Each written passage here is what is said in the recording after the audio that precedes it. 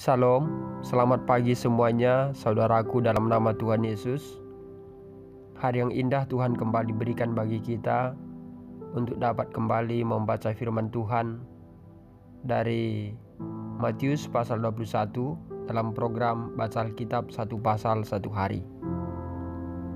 Sebelum kita masuk membaca firman Tuhan hari ini, mari kita undang kuasa Tuhan, kita berdoa.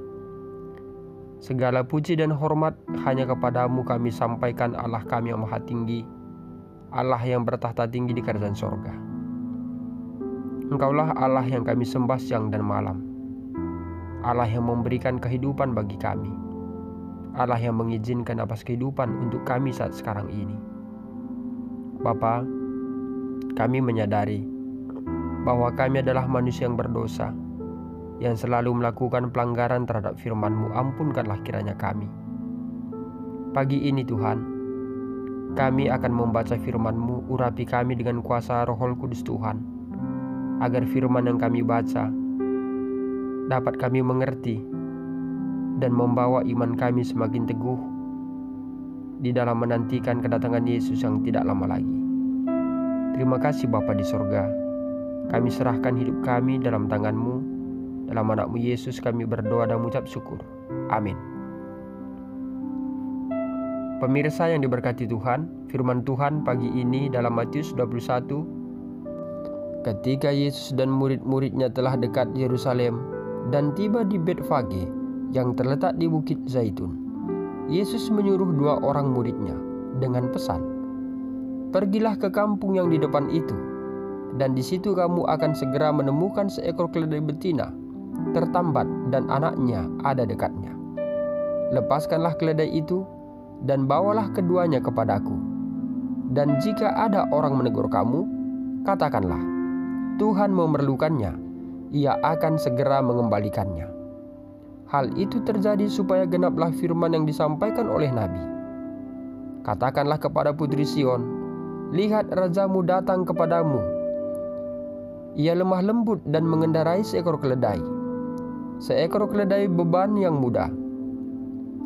Maka pergilah murid-murid itu dan berbuat seperti yang ditugaskan Yesus kepada mereka. Mereka membawa keledai betina itu bersama anaknya, lalu mengalasinya dengan pakaian mereka, dan Yesus pun naik ke atasnya. Orang banyak yang sangat besar jumlahnya menghamparkan pakaiannya di jalan. Ada pula yang memotong ranting-ranting dari pohon-pohon dan menyebarkannya di jalan. Dan orang banyak yang berjalan di depan Yesus dan yang mengikuti dia dari belakang berseru katanya, "Hosana bagi anak Daud, diberkatilah dia yang datang dalam nama Tuhan, Hosana di tempat yang maha tinggi."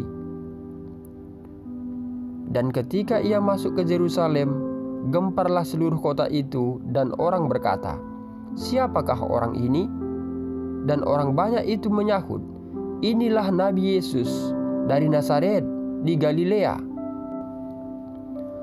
Lalu Yesus masuk ke bait Allah dan mengusir semua orang yang berjual beli di halaman bait Allah. Ia membalikkan meja-meja penukar uang dan bangku-bangku pedagang merpati, dan berkata kepada mereka, "Ada tertulis, rumahku akan disebut rumah doa, tetapi kamu menjadikannya seorang penyamun." Maka datanglah orang-orang buta dan orang-orang timpang kepadanya dalam bait Allah itu, dan mereka disembuhkannya. Tetapi ketika imam-imam kepala dan ahli-ahli Taurat melihat mujizat-mujizat yang dibuatnya itu, dan anak-anak yang berseru dalam bait Allah, "Hosana bagi anak Daud," hati mereka sangat jengkel. Lalu mereka berkata kepadanya, "Engkau dengar apa yang dikatakan anak-anak ini?" Kata Yesus kepada mereka, "Aku dengar, belum pernahkah kamu baca?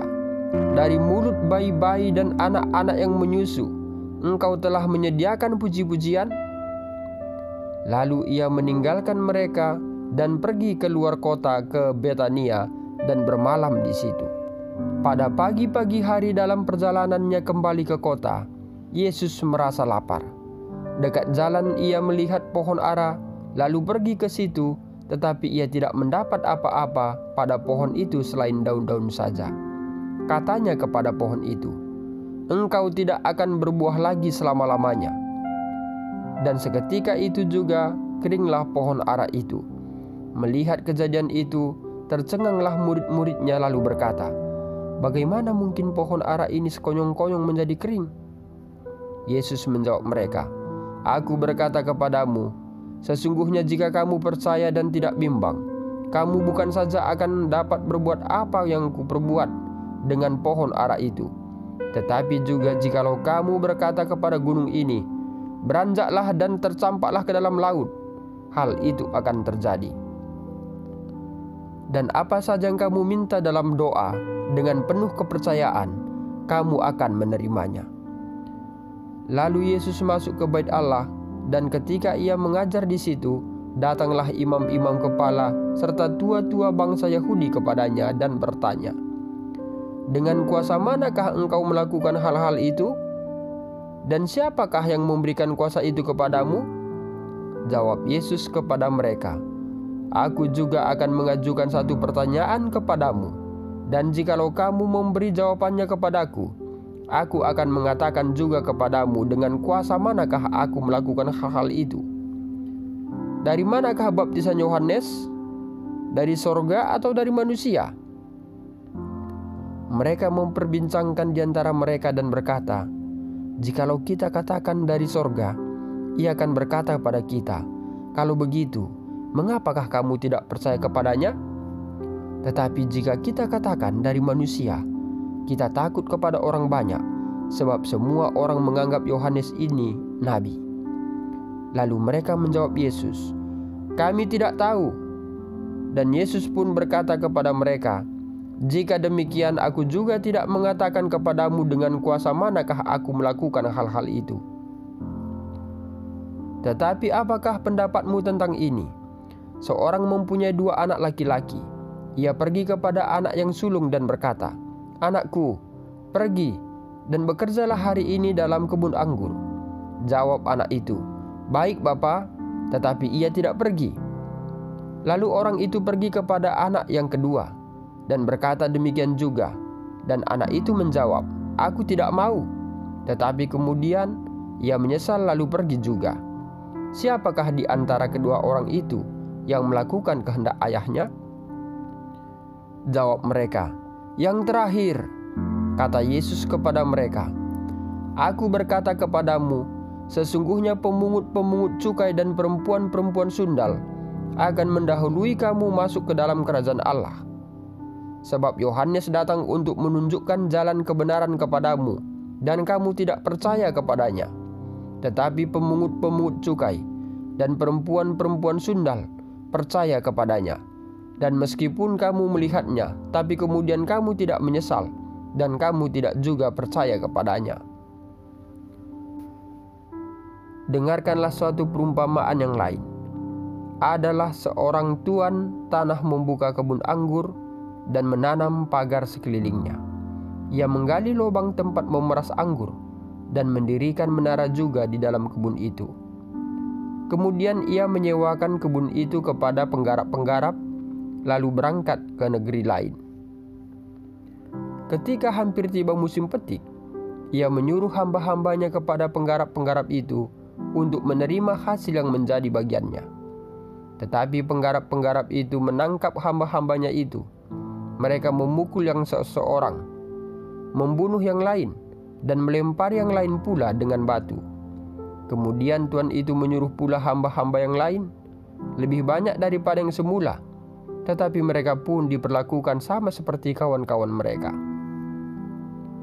Akhirnya ia menyuruh anaknya kepada mereka, katanya, "Anakku akan mereka segani." Tetapi ketika penggarap-penggarap itu melihat anaknya itu, mereka berkata seorang kepada yang lain, "Ia adalah ahli waris. Mari kita bunuh dia, supaya warisannya menjadi milik kita." Mereka menangkapnya dan melemparkannya keluar kebun anggur itu, lalu membunuhnya. Maka apabila tuan kebun anggur itu datang, apakah yang akan dilakukannya dengan penggarap-penggarap itu?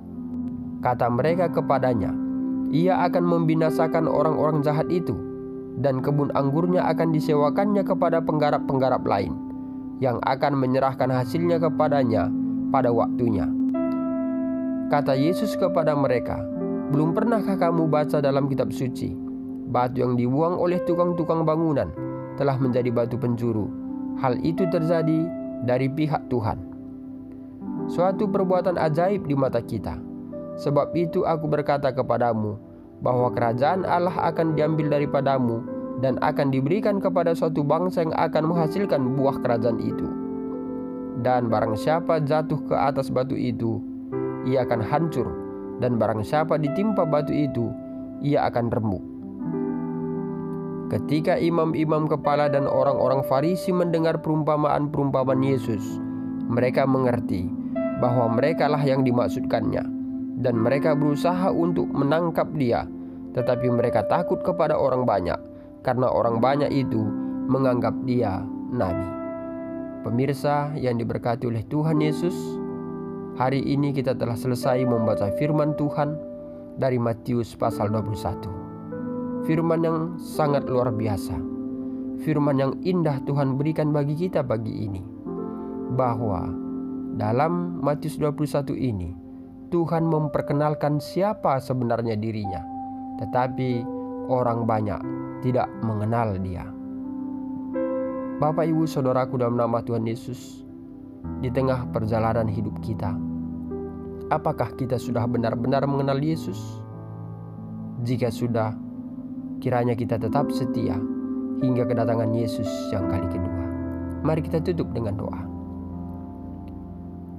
Bapa yang di sorga, terima kasih firman-Mu hari ini mengingatkan kami Tuhan, supaya kami dapat mengenal Yesus dengan sungguh-sungguh di dalam hidup kami. Oh Bapa, biarlah kiranya firman ini akan membawa hubungan kami lebih baik dengan Tuhan. Berkati semua pemirsa yang mendengarkan audio video ini. Tuhanlah kiranya memberkati mereka. Berkati dalam kesehatan, berkati dalam rumah tangga, berkati dalam pekerjaan mereka. Kiranya rancangan damai sejahtera Tuhan berikan bagi mereka. Terima kasih Tuhan. Ampunkanlah kami dari setiap kesalahan kami. Kami serahkan hidup kami hanya dalam tangan-Mu. Di dalam anak-Mu Yesus kami berdoa dan mengucap syukur. Amin.